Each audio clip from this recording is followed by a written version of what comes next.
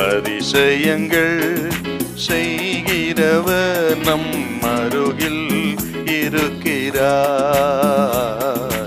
அற்புதங்கள் செய்கிறவர் என்றும் நமக்குள் வசிக்கிறார். வெளிப்படுத்தல் 1:18. மரித்தேன், ஆனாலும் இதோ சதா காலங்களிலும் உயிரோடு இருக்கிறேன். ஆமேன். நான் மரணத்திற்கும் பாதாளத்திற்கும் உரிய திறவுகோள்களை உடையவராயிருக்கிறேன். நான் மரணத்துக்கும் பாதாளத்துக்கும் உரிய திறவுகோலை உடையவராயிருக்கிறேன்.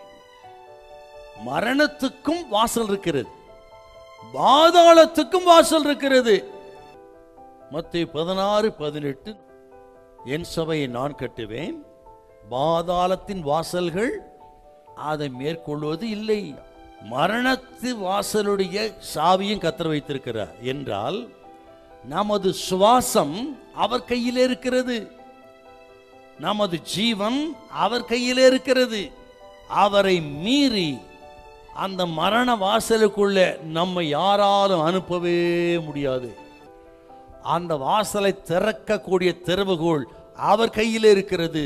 திறவுகோல் என்ற அதிகாரம் இயேசுவின் கையில் இருக்கிறது.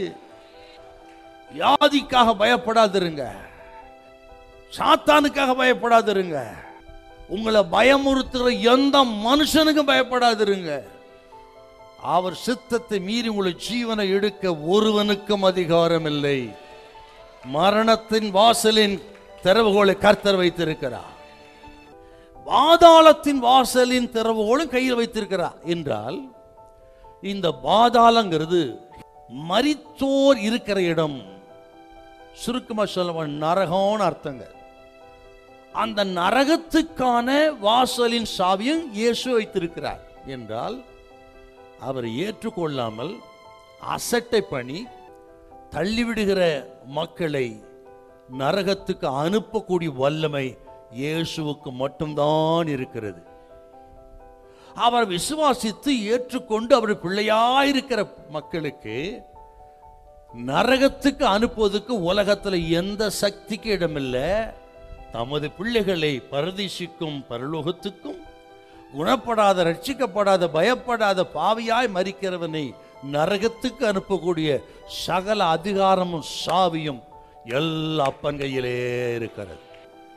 கர்த்தர் சொல்லுகிறார், நமது எல்லாருடைய காலங்கள் அவர் கருத்தில் இருக்கிறது. சில நேரத்தில் சாத்தானை அனுமதிப்பாருங்க. அவர் அனுமதிக்காம கூட சாத்தானம் ஒண்ணும் வர முடியாது என்றால் அந்த திறவுகோலை அவர் வைத்திருக்கிறார். அவர் கருத்துல பத்திரமா இருக்கிறீங்க, கடைசி வரை கொண்டு போய் நிறுத்துவார். எதுவும் உங்களை எடுக்க முடியாது, கெடுக்க முடியாது, அழிக்க முடியாது. பயப்படாதிருங்க, கர்த்தர் கைவிட மாட்டார். ஹல்லேலூயா, ஹல்லேலூயா.